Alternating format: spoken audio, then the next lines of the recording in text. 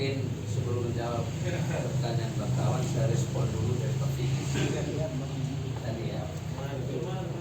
Satu dua poin yang saya catat. Memang salah satu upaya untuk menghilangkan antrian BBM yang siang malam sampai berulang pada hari berikut. Menurut saya waktu itu adalah Jober itu punya 3 tangki, satu tangki itu 4.000 kiloliter, sehingga dia menampung 12.000 kiloliter. Waktu itu kita tidak ada uang. Saya coba mencari investor, pengusaha minyak yang kita tidak ada uang, dia perbaiki dulu. Nanti kita bicara soal BEP, break even point. Soal saya tidak ada uang. Kalau kalian ada uang, perbaiki jaringannya, tankinya, instalasinya, semua. Dan setelah itu mereka lapor ke saya siap. Maka jadilah mereka lapor perbaiki. Sudah bersih, sudah bagus, sudah segala macam. Bahkan tongkang yang mengantar minyaknya sudah ada di Denpasar. Ya. Kemudian akhirnya tidak jadi. Padahal saya sudah minta mereka untuk melakukan survei tentang kebutuhan BBM Lembata waktu itu 7 tahun lalu, dengan prediksi pertambahan kendaraan dan mesin-mesin yang memutar BBM. Mereka mendapatkan bukan 12.000 kiloliter, tapi 16.000 kiloliter. Nah, terus yang 4.000 kiloliter isi di mana?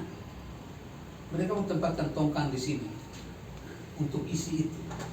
Tapi karena tongkang ini kapasitasnya besar sekali, maka dia menjadi supplier di Daratan Flores. Nah, itu kan keuntungan buat kita. Ketika menandatangani MOU, saya apa jaminannya? Saya tanda tangan. Akhirnya disepakati Pak Sekda dengan perusahaan Karisma Persada Energi waktu itu, KPE. Taruh dulu uang 150 juta. Bukti transfer ke kas daerah dipipit dengan MOU, baru saya tanda tangan. Dan kami tanda tangan. Berapa besarannya di stor ke PAD? Di tahun 1, 2, 3, pertama, kedua, ketiga, itu tahun yang kita namakan 3 tahun itu kita diberikan 13 miliar. Karena sebagian kita bayar dari hutang tadi, dari uang sekeluar itu. Mulai tahun keempat, dia bayar 15 miliar untuk PAD. Berapa PAD waktu itu? 28 miliar. Yang saya dengan sangat hati-hati waktu itu pembahasan APBD, dengan sangat hati-hati menentukan target PAD tahun 2017 menjadi 30 miliar. Yang sekarang ini saya tahu di tahun terakhir itu 62 miliar PAD. Itu tadi saya tidak sempat jelaskan. Dari 62 miliar itu kan capaiannya sekitar 40 sekian, 49 gitu. Jadi sebenarnya Lembata punya potensi, punya luar biasa ini, mesti adanya optimalisasi objek PAD. Optimalisasi objek PAD, menemukan sumber-sumber PAD baru. Tetapi tidak boleh pemerintah halusinasi sendiri. Itu perguruan tinggi banyak-banyak, pakarnya banyak-banyak. Kita minta mereka melakukan kalkulasi, melakukan kajian untuk mendapatkan sumbernya dan menghitung peningkatan PAD. Karena PAD itu wajib untuk belanja daerah, kontribusi terhadap belanja daerah. Sehingga PAD itu wajib. Nah, salah satu saya temukan waktu di sini nih, di sini nih. Saya bahkan ke depan tadi saya tidak jelaskan juga. Kita bisa mendapatkan PAD banyak dari garam. Kenapa saya tergoda dengan garam? Karena dari 144 desa di Lembata, ada sekitar 50% desa itu ada di pesisir. Dan itu potensi garam luar biasa. 50 saja desa. Saya pernah panen garam perdana di Alap Atadei. Alap Atadei itu bukan tanah rata kayak di Pukang atau di Morono, tidak. Dia berbukit-bukit batu besar-besar. Tapi dengan APBD desa, dengan APDes, itu dapatkan breaker, mesin breaker dari sini. kasih caca itu batu, dia buat biko-biko itu orang yang apa kan bilang, buat ini biko-biko ini jadi 6 tingkat perak. Mesti diisap air laut di bawah sana, diisap ke lantai 6, petak 6, diisi sesuai tingkat tempatnya turun ke tingkat 5, 4, 3, 2, 1 panen. Pada hari ke-6, hari ke-7 kita panen. Saya panen perdana di sana. Artinya tidak membutuhkan tanah rata baru ada garam. Maka ayo. Dan pemerintah, menurut saya pemerintah tidak perlu gelontor dana dari APBD seperti Saburai Jua. Saburai Jua itu PAD-nya 100 miliar itu dari garam. Tapi rata jauh sejauh mata memandang. Kita pun tidak perlu. Polanya ala Pateri sudah ada. Lolong sudah ada. Tapo Bali sudah ada. Tapo Baran sudah ada. Itu garam. Apa jadinya? Lolong, produksinya meningkat, tetapi pembelinya tidak ada. Masyarakat punya nafsu untuk berproduksi garam menjadi menurun. Maka ke depan kita atur.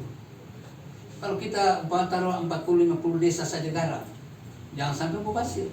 Mari kita hitung kebutuhan garam Lembata itu 1 tahun berapa orang, 143.000 orang ini garam dibutuhkan berapa? Surplusnya kita kirim keluar. Bagaimana kalau pemerintah tidak ada uang? Kita bekerja sama dengan pemodal dari luar. Masyarakat di desa-desa produksi garam, kemudian pembelinya kalau pemerintah tidak punya duit, maka pemerintah bekerja sama dengan pemodal dari luar. Ini garam ada, lu punya duit datang. Pemerintah menghimpun garam dari desa-desa. Menurut saya manajemen itu yang kita mesti terapkan ke depan dengan optimalisasi BUMDes di desa-desa. Seperti Harakewa. Harakewa itu luar biasa. Dana desa cuma 800 juta.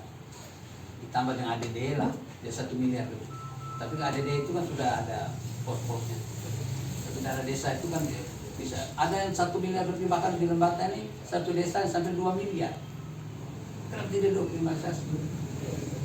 Biaya mulai persiapan sampai produksi garam. Sudah ada contoh, dana desa ada. Tinggal pemerintah panggil kepala desa datang, mari kita bicara soal garam.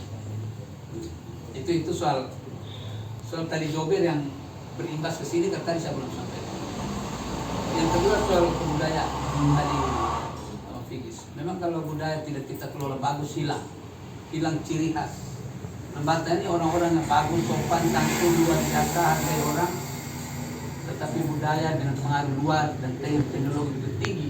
Kalau tidak kawal kita pada anak secara baik, kita akan mengalami suatu masa di mana ada degradasi, ada kemerosotan moral, kemerosotan kebersamaan di anak-anak. Maka tadi saya kaitkan lagi dengan pemberdayaan pemuda, saya kaitkan dengan pemberdayaan perempuan. Maka sekarang kan ada pekan perempuan, kalau keluarga yang suaminya tidak ada itu di sana. Itu. Kemudian juga anak.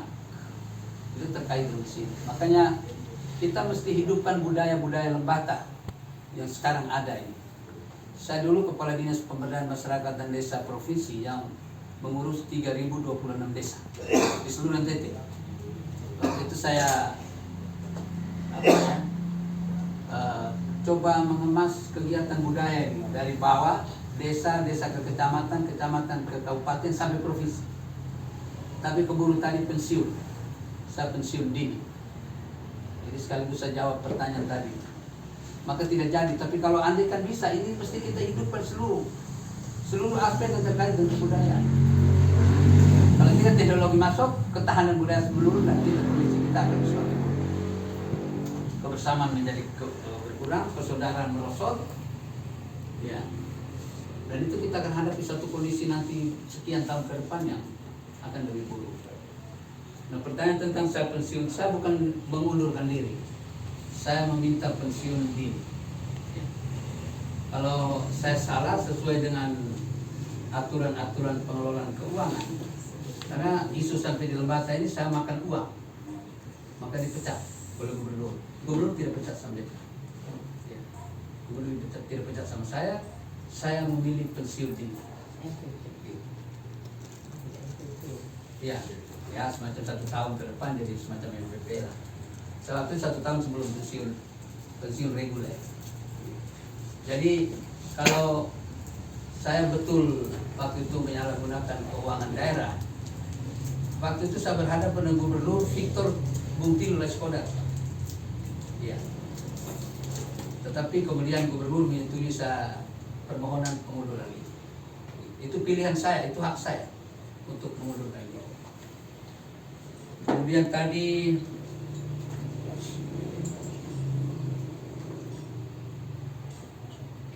ya soal partai pengusung ya. Ya sampai sekarang belum ada. Saya birokrat, pensiun dari birokrat. Saya bukan politisi. Dan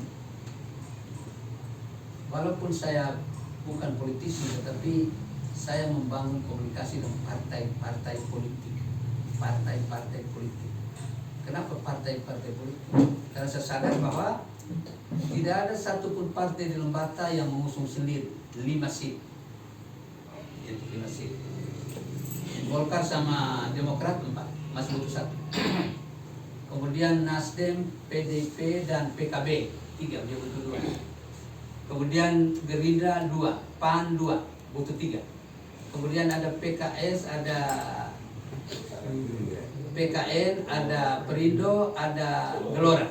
Satu-satu seat, butuh 4. Gitu. Kalau saya hari ini berada di Gerindra di sini dan tadi pagi sudah di 3 tempat, tentu saya sudah menghitung-hitung. Saya menghitung untuk melakukan berbagai komunikasi dengan partai politik. Tetapi tahapannya saat ini adalah komunikasi. Belum sampai pada koalisi. Karena koalisi itu otoritas partai-partai. Tentu saya juga akan membangun komunikasi dengan semua, termasuk Gerindra. Ini Pak Ketua, dua sahabat yang sudah lama sekali. Tadi sebelum datang saya sudah cerita kita dua punya persahabatan. Begitu. Jadi mudah-mudahan dengan kehadiran saya di sini 3 partai lain, termasuk dengan PKS, saya sudah bangun komunikasi.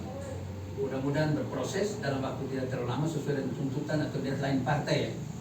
Karena ada partai yang sekian, tanggal sekian harus ada. Kemudian setelah koalisi dibangun, baru kita bicara soal wakil. Karena bicara soal wakil, ada haknya koalisi. Itu menurut saya. Ada juga kan top down. Tapi kalau menurut saya, bangun koalisi, sudah ada SK, kita bicara soal wakil. Atau barangkali kita sebelum ada SK sudah mengerucut, kita bicara soal wakil. Soal wakil itu banyak bilang, oh harus Kedan, harus Selatan, harus ILAP, macam-macam. Tetapi biarlah itu menjadi otoritas partai yang nanti akan berkomunikasi dengan para calon, para kandidat yang berkas-berkasnya sudah didaftarkan. Karena ada bakal calon juga kan tidak mengembalikan berkas sesuai dengan formulir yang disampaikan. Itu ya. Terus apa lagi?